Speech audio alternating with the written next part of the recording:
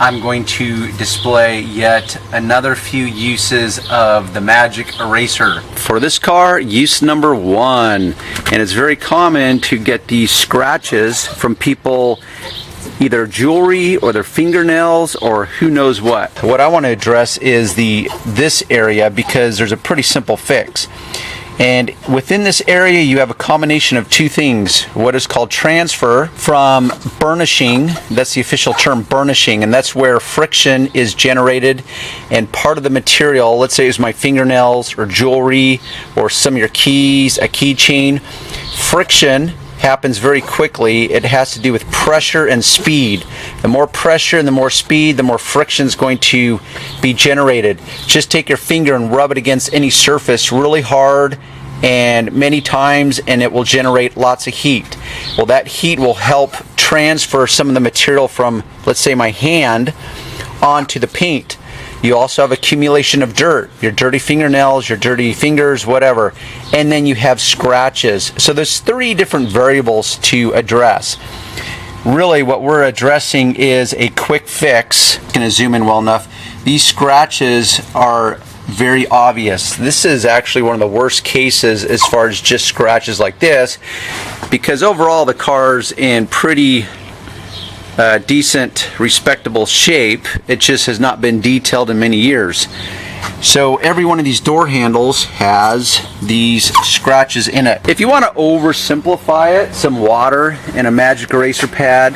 This is my Magic Eraser pad. Obviously it's been used to a degree, but because we are dealing with a certain amount of dirt, oils, whatever, I prefer the Meguiar Super-Degreaser in conjunction or along with the Magic Eraser. You can either spray it directly on the pad if you don't want to get a bunch of overspray around the paint, or you can just shoot it straight into the paint.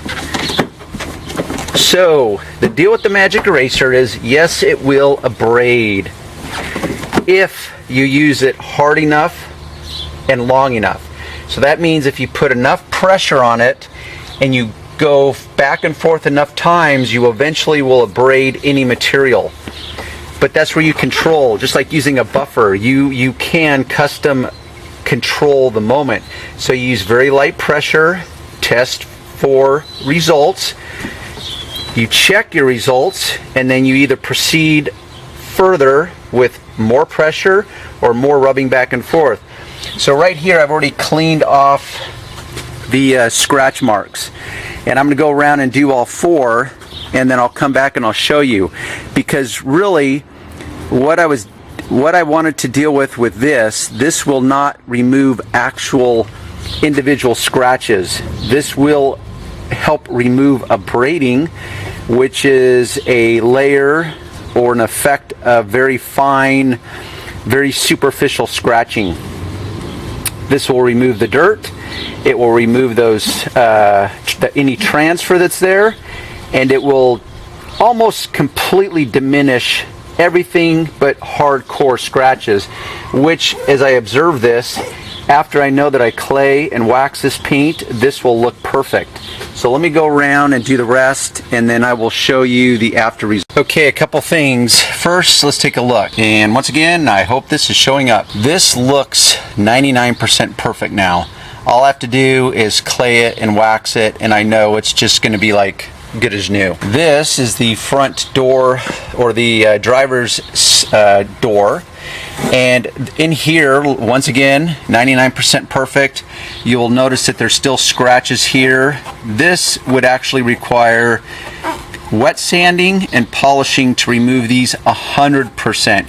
I can diminish these greatly by just using some polish by hand, which I'm going to do, but that's a different video. Let's go around to the other side, and once again, you tell me, what would you rather have, this or the before?